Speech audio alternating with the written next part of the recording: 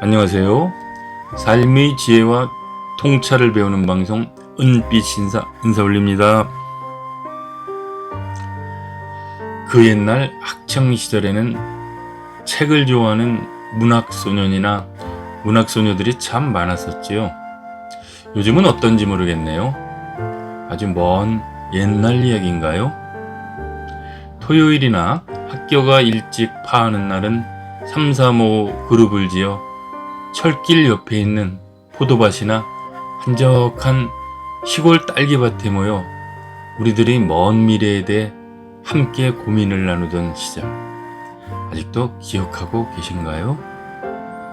하얀 카라이 여학생과 푸른 반팔 교복을 입은 남학생, 풋풋하기만 했던 그런 청춘들의 별처럼 아름다웠던 만남은 참으로 생각만 해도 흥미롭고 가슴 설레던 시간들이었지 않나 생각을 해봅니다. 그때 혹시 이런 노래도 기억하시죠? 웃음 짓는 커다란 두 눈동자, 긴 머리에 말 없는 웃음이, 라일락꽃 향기. 암튼 이 노래 못지않게 당시 누구에게나 빠지지 않고 기억할 수 있는 이름이 있지요. 대문호라 일컬어지는 톨스토이와 도스토옙스키. 그 두 명은 모두가 유감스럽게도 전쟁과 문학 그리고 예술의 나라라고 일컫는 어쩜 상반된 이미지가 공존하는 러시아 사람들이죠. 그래서 오늘은 그 중에서도 부활 및 전쟁과 평화로 유명한 톨스토이 작품을 소개해드릴까 합니다. 특히 그 당시에는 인생 70 고래희라고 하여 70세까지 사는 사람 자체가 드물었는데 그 대걸작 부활을 70세가 넘어서 썼다는 사실만으로도 아주 커다란 충격이었죠. 그래야 그때 학생들은 지금은 내가 글을 잘 못 쓰지만 늙으면 저렇게 글을 잘 쓸 수도 있겠구나 라는 막연한 희망들을 가지곤 했죠. 그러나 반전으로 오늘 소개해드릴 책은 부활이 아닌 톨스토이 단편을 묶은 현대 지성의 사람은 무엇으로 사는가 라는 책입니다. 여기에 나오는 작품들 모두 널리 알려지지는 않았지만 제 생각엔 이 단편 소설들 역시 명불허전이더군요. 그리고 그 가운데 세 가지 질문이라는 작품은 그야말로 톨스토이의 삶에 대한 지성과 지혜, 그리고 삶의 통찰이 빛나는 작품이라 생각되어 소개를 드리고자 합니다. 작품 소개에 앞서 글의 맥락상 톨스토이는 1828년에 태어났고 1910년 82세를 일기로 생을 마쳤다는 사실만 밝힙니다. 자, 그럼 바로 작품으로 들어가 볼까요? 어느 날 황제는 만일 그가 모든 일을 언제 시작할지, 또 어떤 사람과 일하고 어떤 사람과 일하면 안 될지, 더 중요하게는 어떤 일이 가장 중요한지를 알 수 있다면 어떤 일에도 실패하지 않으리라는 생각이 들었다. 이렇게 생각한 황제는 각각의 일에 합당한 시간을 어떻게 알 수 있으며 어떤 사람이 가장 필요한 사람인지, 또한 모든 일에서 가장 중요한 일이 무엇인지 어떻게 하면 실수하지 않고 알아차릴 수 있을지 가르쳐주는 사람에게 큰 상을 내리겠다고 왕국 전체에 공포했다. 그러자 공부를 많이 한 학자들이 황제에게 와서 제각기 그의 질문에 답했다. 첫 번째 질문에 어떤 학자는 각각의 일을 하기에 합당한 시간을 알려면 연월일 시간표를 미리 작성하고 지정된 일을 엄격하게 실행해야 한다고 답했다. 그렇게 할 때 모든 일을 제 시간에 할 수 있다고 말했다. 다른 이는 어떤 일을 언제 할지 미리 결정해서는 안 되고 쓸데없는 놀이에 마음을 빼앗기지 않아야 하며 일어나는 일에 늘 주의를 기울일 필요가 있고 또 꼭 필요한 일만 해야 한다고 말했다. 또 다른 학자는 아무리 일어나는 일에 주의를 기울여도 한 사람이 언제 무슨 일을 해야 하는지 정확하게 결정하는 건 불가능하므로 현명한 사람의 조언을 들어야 하고 그 조언에 따라 언제 무슨 일을 해야 할지 결정해야 한다고 조언했다.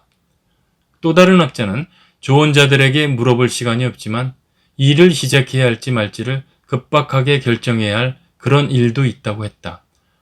그것을 알려면 일어날 일을 미리 알 필요가 있는데 그것을 아는 사람들은 마법사들 뿐이므로 각각의 일에 적합한 시간을 알려면 마법사에게 물어야 한다고 답했다. 두 번째 질문에도 역시 각양각색의 대답이 있었다. 어떤 이는 황제에게 가장 필요한 사람은 통치의 조력자들이라 했고 또 다른 이는 성직자, 또 다른 이는 의사 혹은 군인이라고 했다. 세 번째 질문에도 역시 서로 다르게 대답했다. 어떤 일이 가장 중요한 일일까?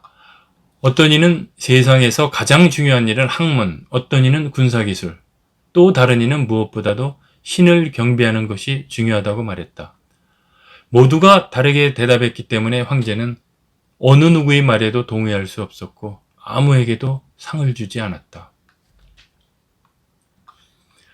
자신의 질문에 대한 답을 더 확실히 얻기에 황제는 지혜롭다고 소문이 자자한 은수자에게 묻기로 결심했다. 은수자는 숲에 살면서 아무데도 나가지 않고 평민만 맞아들였다. 그러므로 황제는 평민 복장을 하고 신복과 함께 갔고 은수자의 거처에 도착하기 전에는 말에서 내려 혼자 그에게 갔다. 황제가 다가갔을 때 은수자는 오두막 앞에서 밭고랑을 파고 있었다. 황제를 보자 그는 인사를 나누고 곧바로 다시 땅을 파기 시작했다.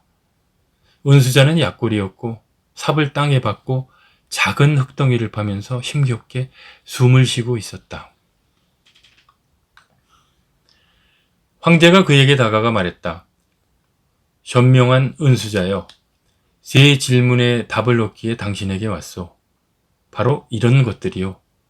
나중에 후회하지 않으려면 어떤 시간을 기억하고 놓치지 않아야 하는가? 어떤 사람이 가장 필요한 사람이고 어떤 사람과 일을 더 많이 하고 어떤 사람과는 일을 줄여야 하는가? 어떤 일이 가장 중요한 일인가? 모든 일 중에서 무엇보다 더 먼저 해야 하는 일은 무엇인가? 은수자는 황제의 말을 들었지만 아무 대답도 하지 않고 손에 침을 뱉고는 다시 땅을 파기 시작했다. 몹시 지쳤군. 황제가 말했다. 삽을 주게. 대신 일을 해주지. 고맙소. 은수자는 이렇게 말한 뒤 삽을 주고는 땅에 앉았다. 밭고랑 두 줄을 파고 황제는 멈춰서 또 질문을 반복했다. 은수자는 아무 대답도 하지 않고 일어나서 삽에 팔을 뻗었다. 이제 좀 쉬시게. 내가 하지. 그가 말했다. 그러나 황제는 삽을 주지 않고 계속 땅을 팠다. 1시간이 지나고 2시간이 지났다. 태양이 나무 뒤로 뉘엿뉘엿 지자 황제는 삽을 땅에 꽂고 말했다. 현자여, 난 질문에 답을 들으러 자네에게 왔네. 만일 대답을 해줄 수 없다면 말하게. 집으로 갈 테니. 저기, 누군가가 이곳으로 도망치고 있구만. 은수자가 말했다. 저 사람이 누구인지 보쇼. 황제는 몸을 돌리자 구렛나루 수염이 난 남자가 숲에서 달려나오는 것이 보였다. 그 사람은 손으로 배를 감싸고 있었고 손에는 피가 흐르고 있었다. 구렛나루수의 사나이는 황제에게 다가와 땅에 쓰러져 꼼짝도 하지 않고 눈을 뒤집은 채 약하게 신음소리만 내었다. 황제는 은수자와 함께 그의 옷을 열어보았다. 배에는 커다란 상처가 나 있었다. 황제는 할 수 있는 만큼 상처를 닦아주고 자신의 스카프와 은수자의 수건으로 상처를 싸매 주었다. 그러나 피가 멈추지 않았다. 황제는 따뜻한 피로 흠뻑 젖은 붕대를 몇 번이나 걷어서 빤 후 상처를 다시 싸매 주었다. 피가 멈추자 부상을 당한 이는 정신을 차리고 물을 달라고 부탁했다. 황제는 시원한 물을 가져다가 부상자에게만 마시게 했다. 그러는 사이 태양이 졌고 선선해졌다. 황제는 은수자의 도움을 받아 부상자를 독수방으로 옮겨 침대에 눕혔다. 침대에 누운 부상자는 눈을 감고 잠잠해졌다. 황제는 오래 걷고 일을 꽤 많이 해서 지친 나머지 문지방에 몸을 웅크린 채 누워 역시 깊은 잠에 빠져들었다.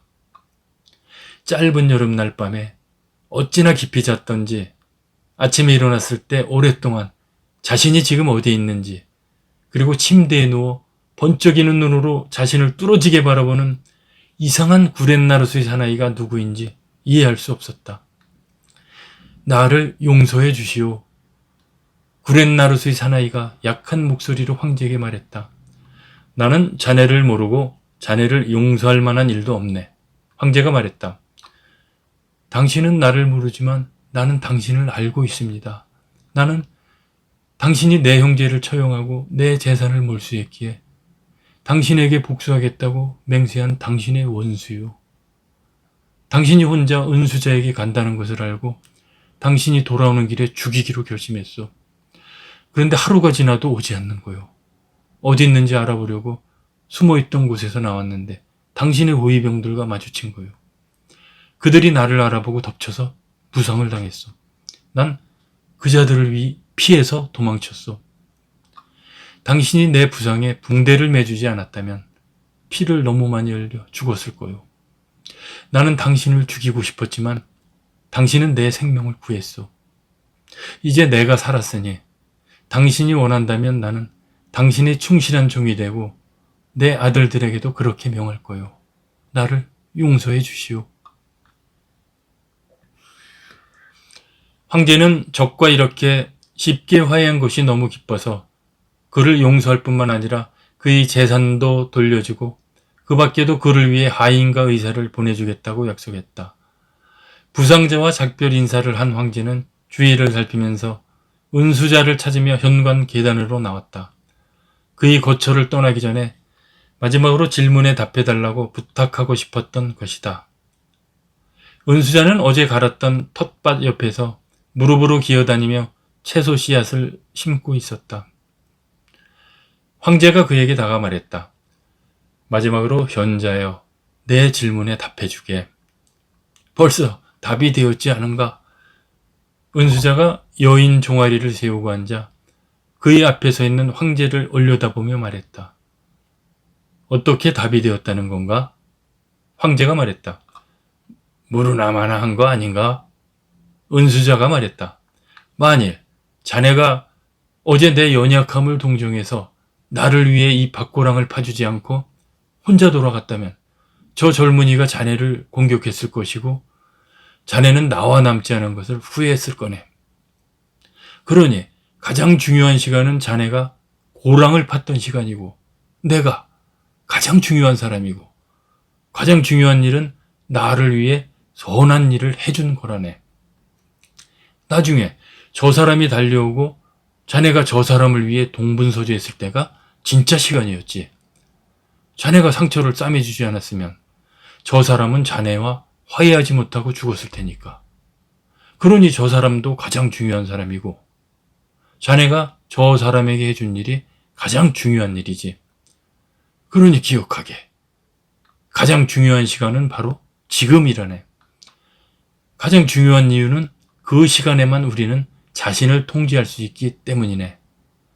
가장 필요한 사람은 지금 만나고 있는 그 사람인데 다른 사람과 어떤 관계를 맺게 될지 아무도 모르기 때문이지. 그리고 가장 중요한 것은 그에게 선을 행하는 것이라네. 우리는 오직 그것을 위해서만 살아가도록 보냄을 받았기 때문이라네. 예, 이상입니다. 이 단편소설 역시 톨스토이의 삶의 지혜와 통찰이 얼마나 빛나는 것인지 절로 머리가 숙여지는 소설이라고 생각합니다. 이건 차라리 그냥 소설이 아닌 삶의 지침서 같다는 느낌이 듭니다. 왜? 모든 사람들이 톨스토이를 대문호라 칭하는 이유를 알 수 있지 않은가요? 여러분, 엉뚱한 질문이지만 세계의 3대 심리학자가 누구인지 아시나요? 그들은 바로 프로이트와 융, 그리고 아들러입니다. 그중 아들러는 개인 심리학자로서 지금 여기의 중요성을 정말 강조한 사람인데요.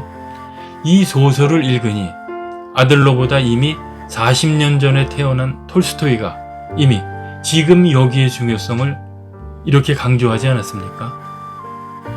참 현인이 무엇이고 선지자가 무엇인지 톨스토이의 이 소설을 읽으며 다시금 그의 위대함을 발견할 수 있음에 절로 고개가 숙여지지 않을 수 없습니다. 우리는 누구나 현재가 아닌 과거와 미래에 대한 생각에 사로잡혀 정말 많은 사람들이 고통을 받으며 살고 있습니다. 하지만 톨스토이가 이 소설에서 강조한 부분, 즉 세 가지 질문과 해답을 깨달았다면 훨씬 덜 괴로웠을 텐데 말이죠. 안 그렇습니까? 지금 당신과 함께 있는 사람은 누구입니까? 그 사람에게 잘해 주십시오. 그리고 당신은 지금 무슨 일을 하고 있습니까? 그 일에 집중하십시오. 선한 마음으로. 바로 지금 말입니다. 그것이 톨스토이의 세 가지 질문이란 소설이 우리에게 주는 커다란 교훈 아닐까요? 이상 은빛 신사였습니다.